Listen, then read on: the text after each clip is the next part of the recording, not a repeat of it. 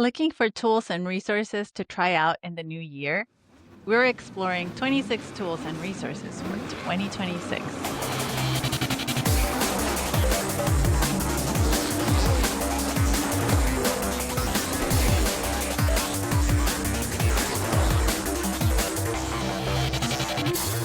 Hello, and welcome to the DIESOL podcast, where we focus on developing innovation in English as a second or other language.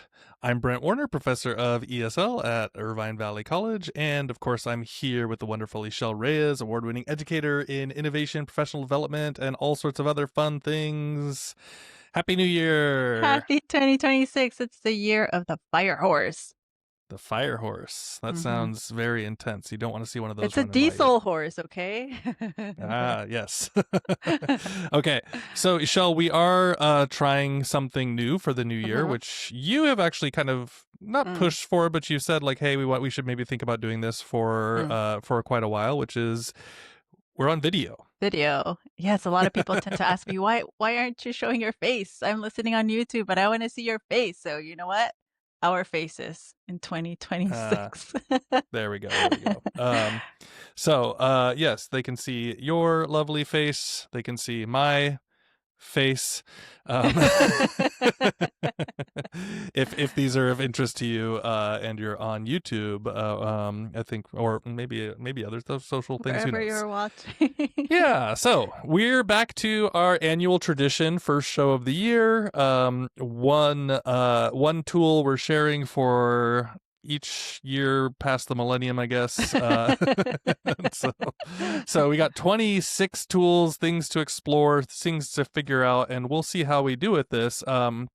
Again, we might have a little bit of glitchiness just because we're trying the video thing, and so if you're just listening to the show as you traditionally always have, it should be mostly okay. But it's if we're not experimenting, we're not doing what we do on DIESOL. So we got to test these things out. Innovate. Yeah, testing it out. So pushing all the buttons, breaking all the things. Indeed. All right. So, Ishel, let's jump into it. I think we're ready, and you're going to go first, and we'll talk about what's going on. Okay, so we've mentioned this before in a previous episode, and that is the DIESOL AI position statement. And I just think it's worth exploring. I think people are still not necessarily fully aware that it's out there. And if you're looking to create guidelines for how to use it properly or appropriately, or looking a place to start from, I think this is very, very much worth exploring and printing out and passing out to all your colleagues and people who are in charge of making those decisions. We want to be uniform, especially in the field of DIESOL and how we approach AI. Right. So on the page, they are a little tricky to find. It's not immediately obvious. Position statement page. It's under English language teaching profession, and that's where you can find that statement. So cool. All right. And we'll have it in the show notes. So yeah, all these will be linked to in the show notes. So we're moving forward, and my choice here, even though we're not using this platform right now, is the Adobe Podcast. So if you are at a school that has access to Adobe stuff, you can either make your podcast there, or you can have students make their podcasts and do all sorts of like podcast and or social media related types of things. And so I think this is partly has been pulled out of the Express zone of things, the Adobe Express, which used to be Adobe Spark and all those. But again, pretty good stuff. And then you can do lots of, editing and whatever else is going on. And I think one of the nice features inside of here, especially for me in my classrooms, is the higher quality of the removing the background noise, because I've had, something like 30 students recording a podcast in a highly bouncy, audio bounce room. And so just for them to be able to click that and just only hear their voices, or mostly only hear their voices and not all the other things that are going on in the background, could be a really nice option. So if you haven't explored Adobe Podcast, we are not going to have the time in this episode to go in depth on all the features of all the tools. We're just kind of saying, hey, there might be some things inside of here to look at. And so that is my first zone. Okay, so tool number 3, or resource number 3, is vibe coding. And this is something I'm pretty excited to explore because it's the first time I heard about it, but it's been around for a while. And Mhm. Brent, what do you know about vibe coding? I've experimented with it quite a bit. It's great. Mm-hmm. So basically, you just kind of start talking through in a looking for it to design. So if it's like, hey, I want to make Mm-hmm. this, spreadsheet, or I want to make this, homepage or something like that, Mm-hmm. and it'll help you and it'll develop all of these things for you without you understanding how to code. You just need to kind of talk through your ideas and then go back and forth with it. So if you want to think of it as rearranging your furniture based on how you feel at the end of that arrangement rather than following a guide, that's what vibe coding is. And uh, uh, Canva has an AI code generator, and that's what is showing up on our screen right now. You can simply ask for whatever it is that you want, and it'll write the code for you. So I think I want to try this out in 2026, and that's why I'm adding vibe coding. Yeah.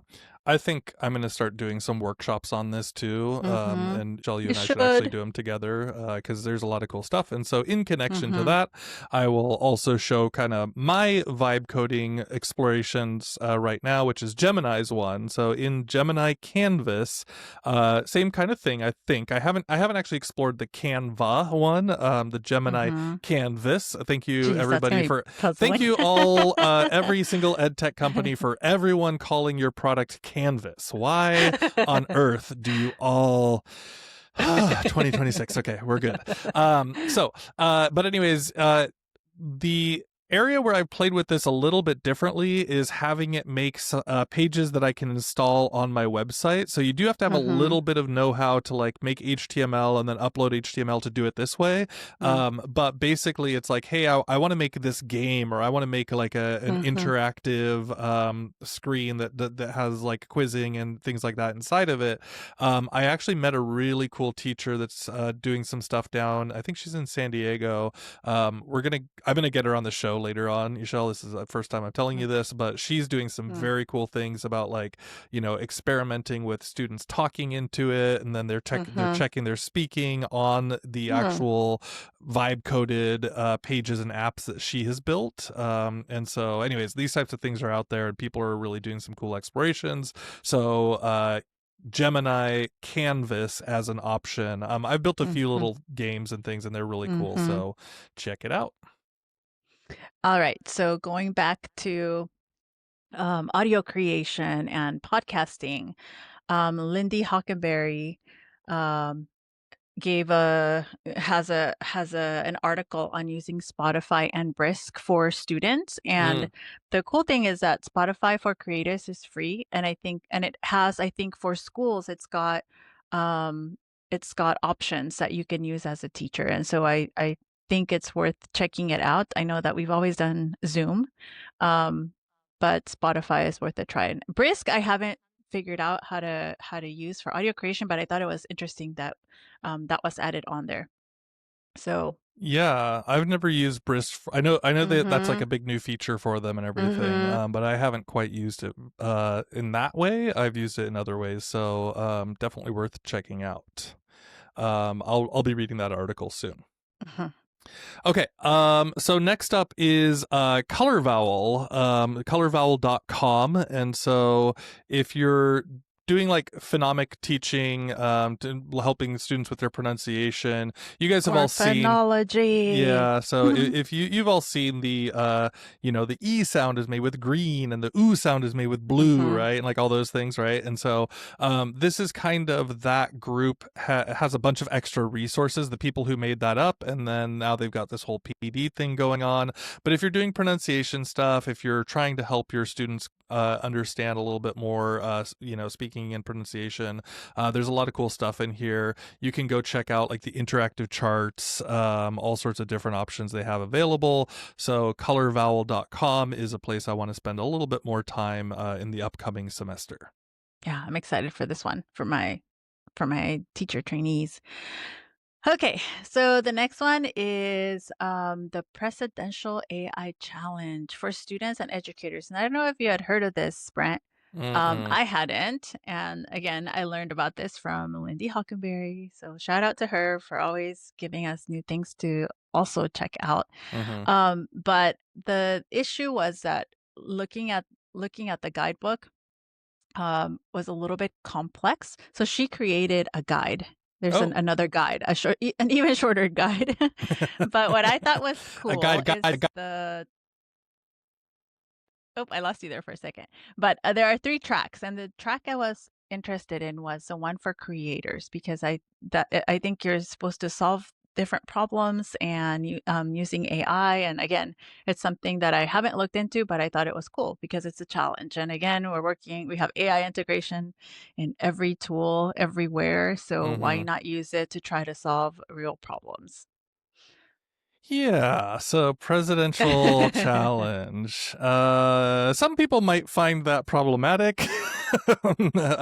Levels. I mean, it's worth looking into. I think that's what we're trying to get to, right? Hmm. Is like, hey, Explore it yeah, and explore, decide. see what it looks like. Even if you're not really doing it like to submit to the government, like maybe you can take some of the ideas and see how Hmm. they fit for your needs or whatever else it Yeah, is, right?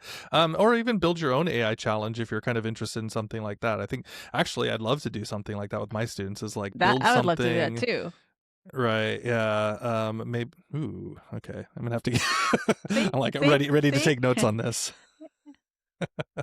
Okay. Don't knock it till you So try it. yeah. So speaking of government resources, I am also sharing American English at state.gov. And so this is an old site that was not taken down in the when everything else was taken down somehow. I'm not sure if it just got skipped Or or if it's whatever else is, amazing or if it's and amazing. Yeah. we So, anyways, if you haven't ever used it, the American English, AmericanEnglish.state.gov has a bunch of cool resources Mhm. for, for different things that you might want to do in the classes. And when you go click on the resources section, there's like,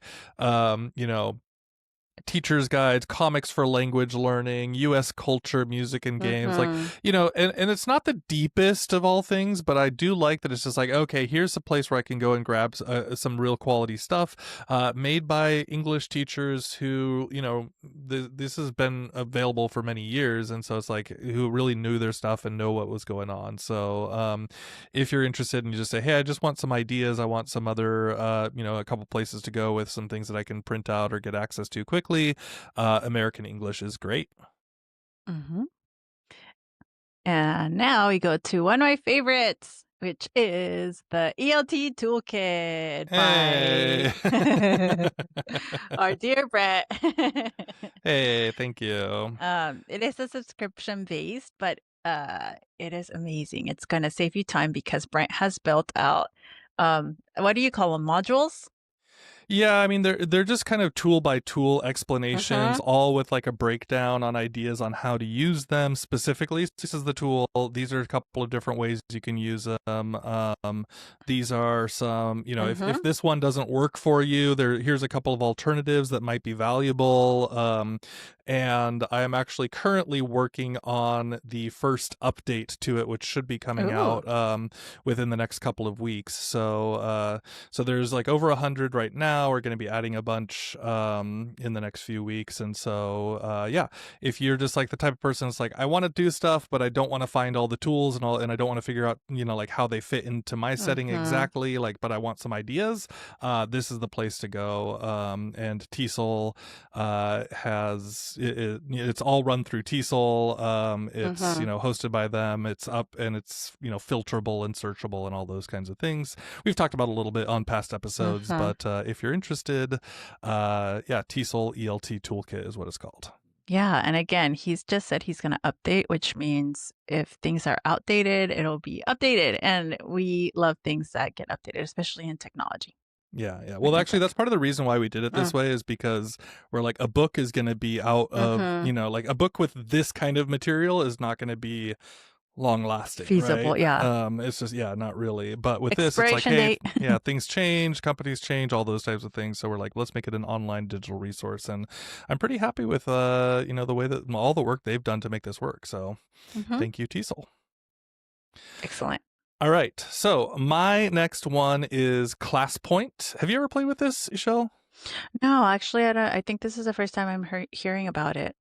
So it's kind of like Pear Deck, I guess, where it's like you can make Mm-hmm. things more interactive. This is like if you're more of a PowerPoint person than maybe than a Mm-hmm. Google Slides. I think I can't remember if Pear Deck works with both. I know it definitely works with Google Slides, but For Google, yeah. yeah, but there's all sorts of cool things. You can go check out, like you can create quizzes, you can gamify things, make Mm. interactive quizzes directly inside of the PowerPoint. And so they're all just worth looking at. And, you can see like the website's real nice looking and it kind of helps you understand like the different features that you might use with it. But anyways, Class Point seems like a pretty cool thing to check out. It's kind of like the students could just click a code and they can get into an interactive version of your PowerPoint. That is pretty cool. I'm gonna have to share this one out with my colleagues. Yeah, I'm more of a slides person, yeah, me but I know too. that But there's I, but PPT diehards. Yep. Oh, I'm gonna put my PPT PPT. together. Yeah. Yeah. Well, and I mean, the reality is there are lots of Microsoft schools or things like that, and so it's Also like, true. Also yeah. So true. it's like depending on what you got going on, Yeah, if it's a fit could be for you, limited. yeah, worth checking out. Cool. Okay. So, in the spirit of, again, thinking back to who our students are, how they're growing up, and what they're growing up around, which is right now generative AI, Hmm. I wanted to take a look at how it's rewiring the brain. So, there's a couple of really good articles, one in Psych Today and one by Fortune. And again, I think the way we approach our class or the way we design materials really has to be aligned with who our students are. Again, Hmm. I say this all the time. They're not getting older, they're getting younger. We're getting older. The gap is getting bigger. I struggled with trying to figure out how to turn off incognito mode and realized it's not my problem. It was a Chrome problem. But I felt old for a second. Yeah, as we But do. again, it's rewiring our brains. And my little nephews, the number one question I heard over their break was, "Is that real or is that AI?" No, that's Mm. AI. That's fake. That's AI. And I just again, they're 4 years old and 9 years old, which means they are very much aware of AI. That's like that's second nature to them. So again, remembering that we need to see how the brain is changing. How is it being rewired? I'm glad to hear they're questioning it Mm. even at that age. Me That's too. that's Me really too. wonderful. So Absolutely. tell your sister good job Kudos on to on my raising. sister and to their teachers because I'm pretty sure that they have really good teachers as well. So, Nice. Good. All right.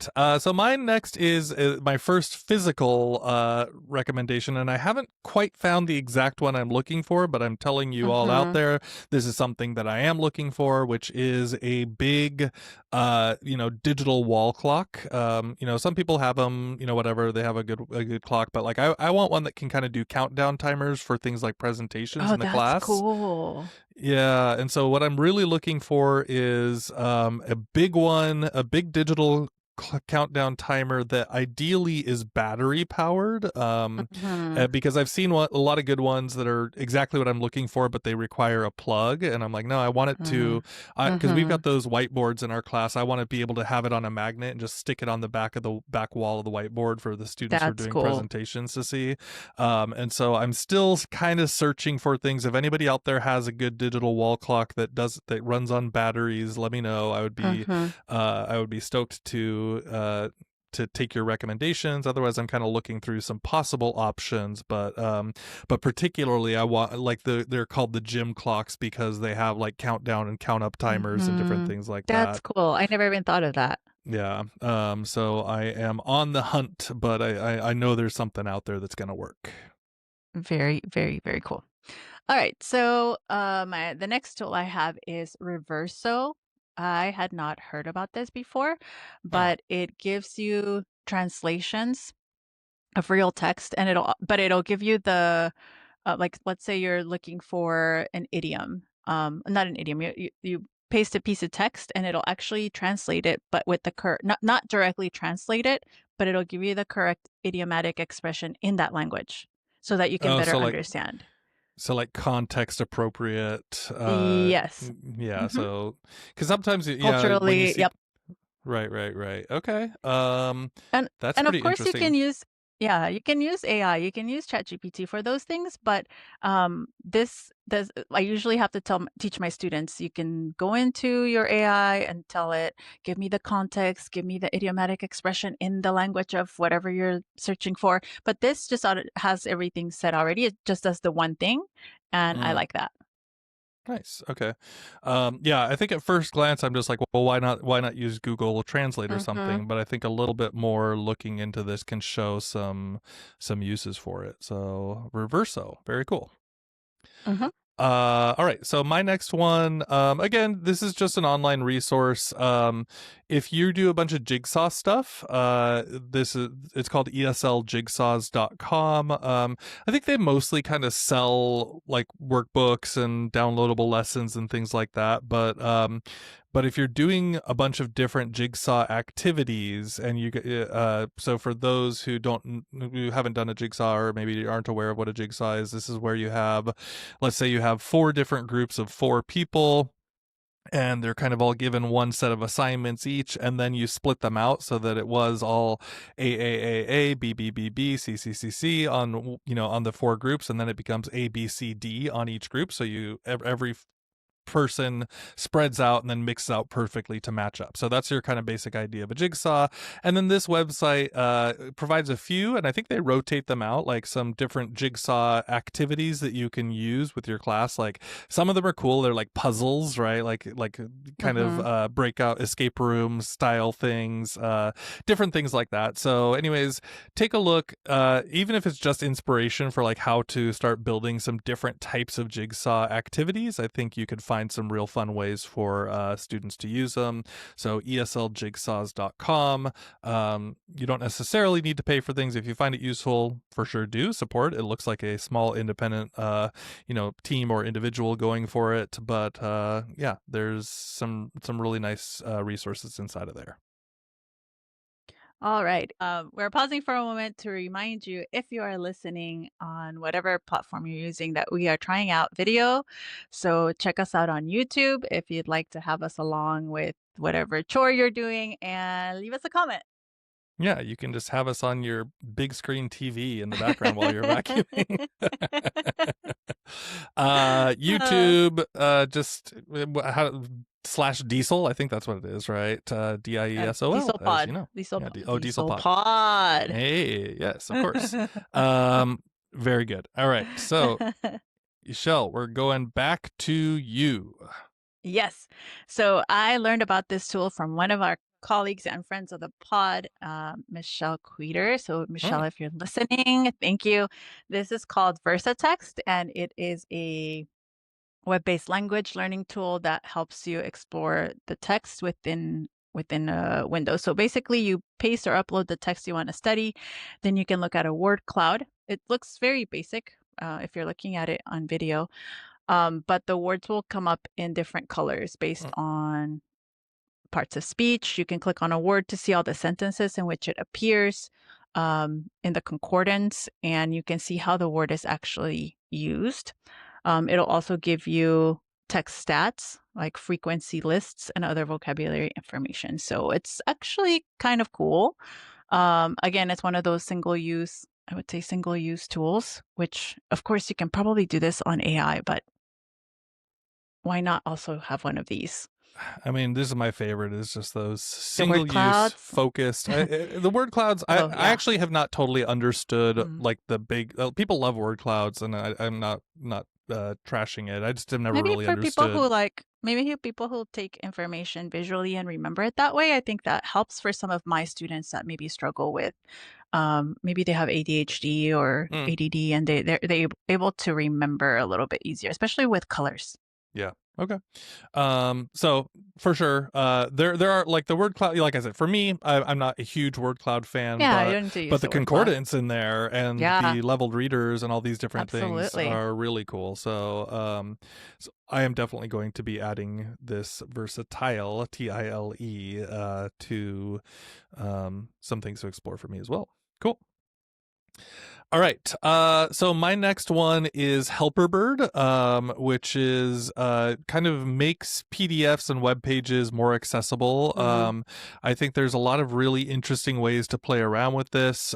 Basically, like it can do. We've talked about these kind of things way long time ago, Michelle, like these distraction-free reading. Like we've Mm-hmm. talked about what was that? Mm-hmm. Beeline Reader and Mm-hmm. like making things easier to read, more accessible, etc. They have all sorts of ways to interact with the documents, and so you can see, there's some reading features, writing features. So it can do like text to speech, voice typing type of things, grammar support, etc. So it's just like if Mm-hmm. you need some accessibility things going on, there are a number of great tools that do things, which I really encourage people to explore and see what's out there. We've talked in the past about Read and Write, which is a great accessibility choice. Moat is Mm-hmm. building in a lot of cool stuff into their features, but Helperbird is another cool option that might be really valuable for a lot of people. So, helperbird.com. Yeah, it's the first time I heard of it, so very cool. Nice. Alrighty. So I work with teacher trainees and they have to take Mm-hmm. phonology and it's not very fun for them to go back and teach to their students. Oftentimes they worry about their pronunciation, but this website has a ton. Sorry, the name of the website is phonicsandstuff.com. Mm. And it's got a lot of games to help students understand phonemes, morphemes. There's interactive phonics games where you're matching sounds to letters. There's blending that helps a lot of our Asian background students. Um, there's decodable readers and read along stories where you can practice the pronunciation. Most of it is free. Um, and then there is an optional, of course, membership, but it's got a lot of sentence generators. Also, I don't know if you've ever seen the speech therapy. They're like grids with pictures, and then they're supposed to target, like for example, consonant blends or consonant vowel consonant patterns, and so you've got that already in there. So if you could create it, but it's tricky and it's time consuming, and it's already in one place that targets those things. So I'm just happy it's free because it will help students. Very cool. Yeah, I like the look of this, and I think there's some. Now I'm like, I have to be careful when we look at these because I'm like, I just want to start jumping right into all the Yep. links. Nope. But yeah, Nope. Nope. You we'll do that explore later. later. Yeah. Okay. All right. Cool. So my next one is another physical thing, Uh-huh. which is I don't. I'm kind of playing around with how to do this, but basically those foam ball blasters, like those Nerf Oh gun type man. of things. Um, and so what I'm thinking about is like ways to make kind of like fun games with these things where you Mhm. could like, for example, maybe you put numbers on the foam balls and then you kind of like, I wouldn't obviously don't point the gun at your students, but like I'm thinking You're like gonna have popping. rules. Yeah, well, like popping these little foam Yeah. balls into the air, and then like if a student catches it and they get the number, then that's the challenge for them to Oh, like one of do. those Or T-shirt blasters. yes, because that's actually what I was. The reason I Mm. thought of this was first because I was looking for a T-shirt cannon, Yeah. but they're out of my Why? price range. But then I'm like, okay, well, this might be a kind of a cool way to do some things for students, and then if you just like Sharpie some numbers onto these, like you could go endlessly, like whatever it is the number is, then you have some sort of different game, some different bingo, some Points. different A points, number of whatever. a question. Yeah, like all sorts of endless things, and it's a kind of a way to make it more interactive. And maybe you could like, if you trust your students, you could have like one student be the like popper, and so I'm just trying to You think of trust like your ways to make guns like fun, interactive, physical, a little bit more, some real movement around Yeah, the of course. classroom, things like that. Yeah, So, absolutely. and these You things are can like always 20 point it at a bucks. target so it can bounce right back and Yeah, then yeah, yeah, catch it. yeah, exactly. Like you could also say like, "Hey, shoot it in the trash can. If you make it in the trash can, you get some point." Mhm. Like endless kinds of Mhm. things for like a simple gun toy that might be fun to play with. So, Very cool. yeah. Okay. So the next tool I have, some people may have heard about it. Maybe we've mentioned it before, but it's Ideogram, and Mm-hmm. it's in AI that focuses on images. And the reason why this comes up more often than other AIs, at least for now, until AIs get a little bit better, is that it if you ask for particular text, the text tends to come out more accurate Mm-hmm. than others. So I would just like to throw that one out there. If you're not using ideogram is actually pretty cool. I usually go through 3 different AIs to see which one has the better images, and Mm-hmm. ideogram has always been fun. Yeah. So another Yeah. tool to explore. The text thing, I mean, that is still Mm-hmm. an issue with some of the AIs where they don't quite put the Mm-hmm. text you're looking for. This one has always been, for whatever More reason, accurate, yeah. very strong with like getting the words that you want in Mm-hmm. there. So cool. All right. I am going to share a book. I don't remember if we've talked about this in the past, but we've definitely talked about Ilka Koska, and she did a book with Rachel Toncelli and Josh Pais. It's called Artificial Intelligence: Real Teaching: A Guide to AI in ELT. Um, I read this book when it came out. I think it's good big picture, so you don't have to worry about it being perfectly timely. It's about kind of understanding bigger choices, ethical Mm. integration, all of those kinds of things. And it's not very big, I mean, it's not super long. It's definitely, you Mm-hmm. could kind of sit down and get through it. So check it out. Artificial Intelligence: Real Teaching: A Guide to AI in ELT. Excellent. All right, the next tool I have is sadly now called FameLag. It used to be TV Garden, TV but it Garden. yeah, but it is now called FameLag, and I hope that's not like a predictor for where it's going. Oof. But it is a website where you can click on any part, so it'll come up with a globe, like the in a world map, and you can click on any country, and it'll give you TV from around the world. And Mm. I like this tool because my students can go in there and look at different types of English. And I like it because I go in there and look at all the different countries that have different acts or different maybe versions of Arabic, for example. And it's pretty cool. You can, watch and see what other cultures are showing on TV. And I think that that is pretty cool. And so FameLac is something worth exploring. Very cool. I like it. I mean, yeah, I'm with you. I hate the name, but TV Garden, what a great name. TV Garden was Fame Lack, amazing. terrible name. Can I just say to all of you out there who are out there changing your names, stop it. Just stop changing your names. Okay. Uh, Great. Next up, so if you use DraftBack in the past, Mhm. DraftBack was a great way if you're, using Google Docs with your students and kind of having a way to heat map and track their writing process and show them what's going on and, be aware if they're doing things like massive cut and paste from other sources, etc. Dun dun Uh, dun. but a lot of people were bummed out that DraftBack converted to a subscription model. So Mm. a $40 a year. It's I don't have a problem with subscriptions with information that is updated. I do have a problem with Mhm. subscriptions for services that really don't take any extra work from time to time. And so Draftback was kind of that. Like they never really updated Mhm. anything.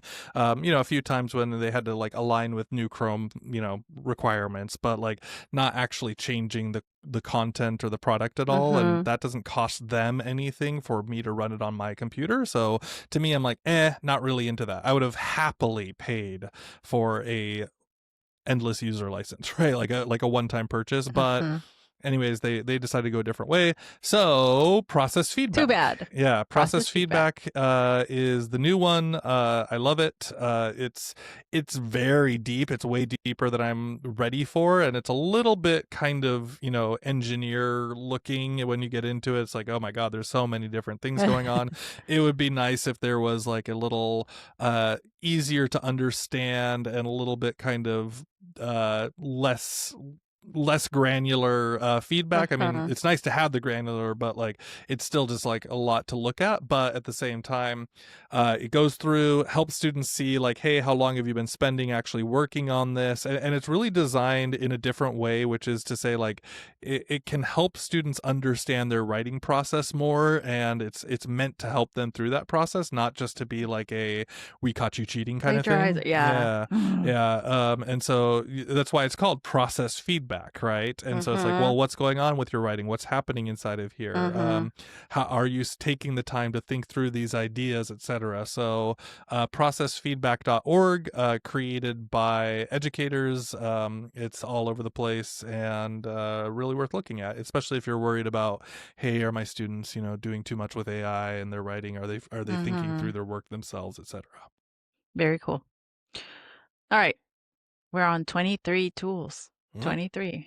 Okay. So my next tool is esl-bits.org. And I learned from Michelle Queter again about mm, this tool.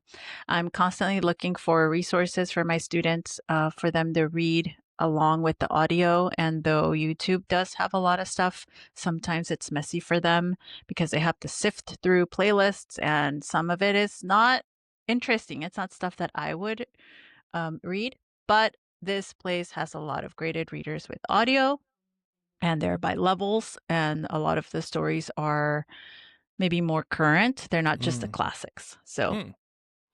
Yeah, love it. It is a little old fashioned looking, like old web, yeah. like web Mm-hmm. 1.0 Like kind of look. HTML type. Yeah. But wonderful. Like this is the type of stuff I get so bummed because it's like it's so easy to dismiss things because it's like old frames and doesn't look modern and new. Mm-hmm. But like there's so much good stuff out there that people have made that Yeah, just and doesn't if you're out necessarily. there and you're the creator, would you please update it? At least the font color. Can I suggest some vibe coding to make this look modern and new? You don't have Vibe to change any of the coding. content. Vibe coding would do it. All right, cool.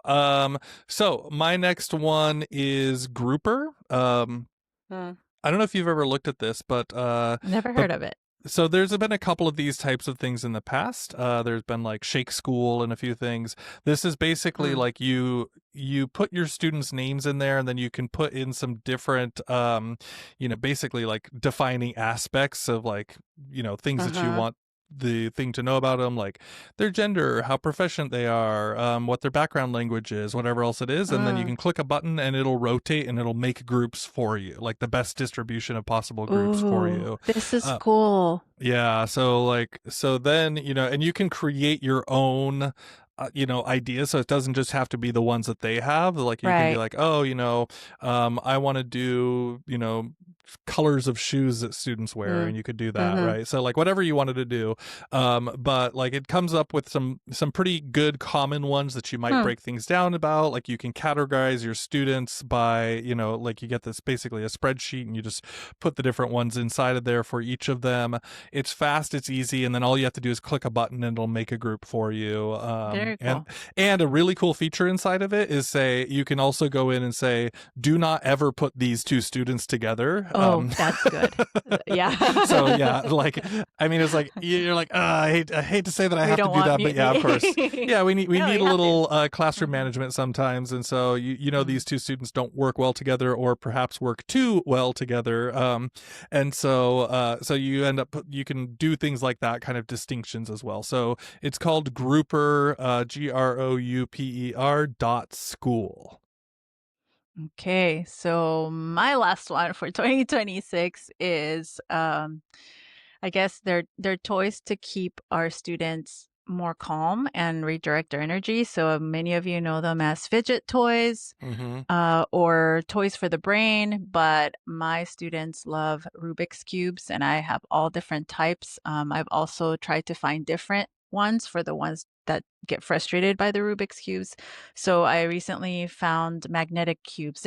They're like little just cubes that you can form things with, and there's puzzles you can do, and also there's fidget links. So a lot of these are made for for students who have a lot of energy and maybe need to manage that energy while they're sitting in a long class. Mm. I'm very big on letting them channel that so that they're not, bothering someone Yeah. or channeling it elsewhere. Do you But find that it's useful again, in the class? Like that it oh, actually makes a difference for them? absolutely. Huh. For me, yeah, absolutely. I've had students who tell me, "Oh, I can I borrow this and take it home?" And then they'll come back and they'll continue fidgeting with it.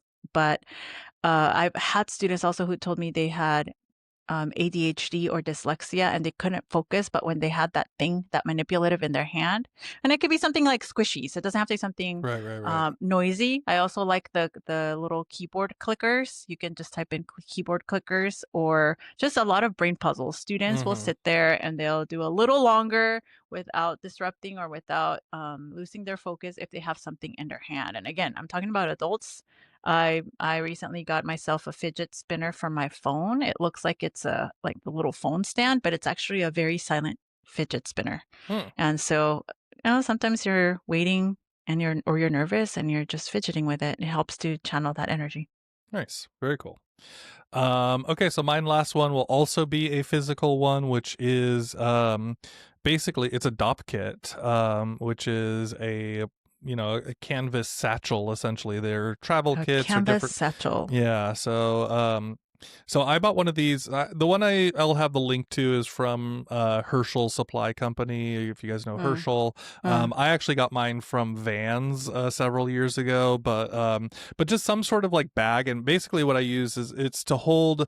It's like a giant pen case, right? But I put a ton of expo markers and I put like some regular pens inside of there and just a few little things that either I want to distribute to my class or if my students say, hey, I don't have a pen or a pencil or whatever, I always have something available for Mm, them. It's mhm, the only thing I actually carry with me to school or to my classroom every day is like that. This is the one thing that I mhm. always have with me. And so it's like, and I've used it every day for years and I don't think about sharing it very often. And so it's like, uh, but it is very, very useful to have. So, just it's probably a 7-inch long bag by 2 or 3 inches wide and just stuff in as many pins as you can, and whatever else you need that you would carry normally.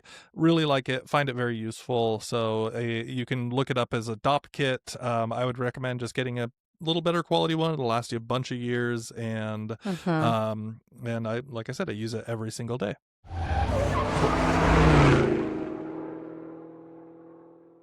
All right, it is time for our fun finds. After all those All right. 26 tools, if you're still not satisfied, Yeah. this time I have a Whitney Hansen poetry journal. If you don't know who Whitney Hansen is, she's on Instagram. I think she started off on Instagram, but she's got some amazing, I would say, modern poetry, very short but inspirational.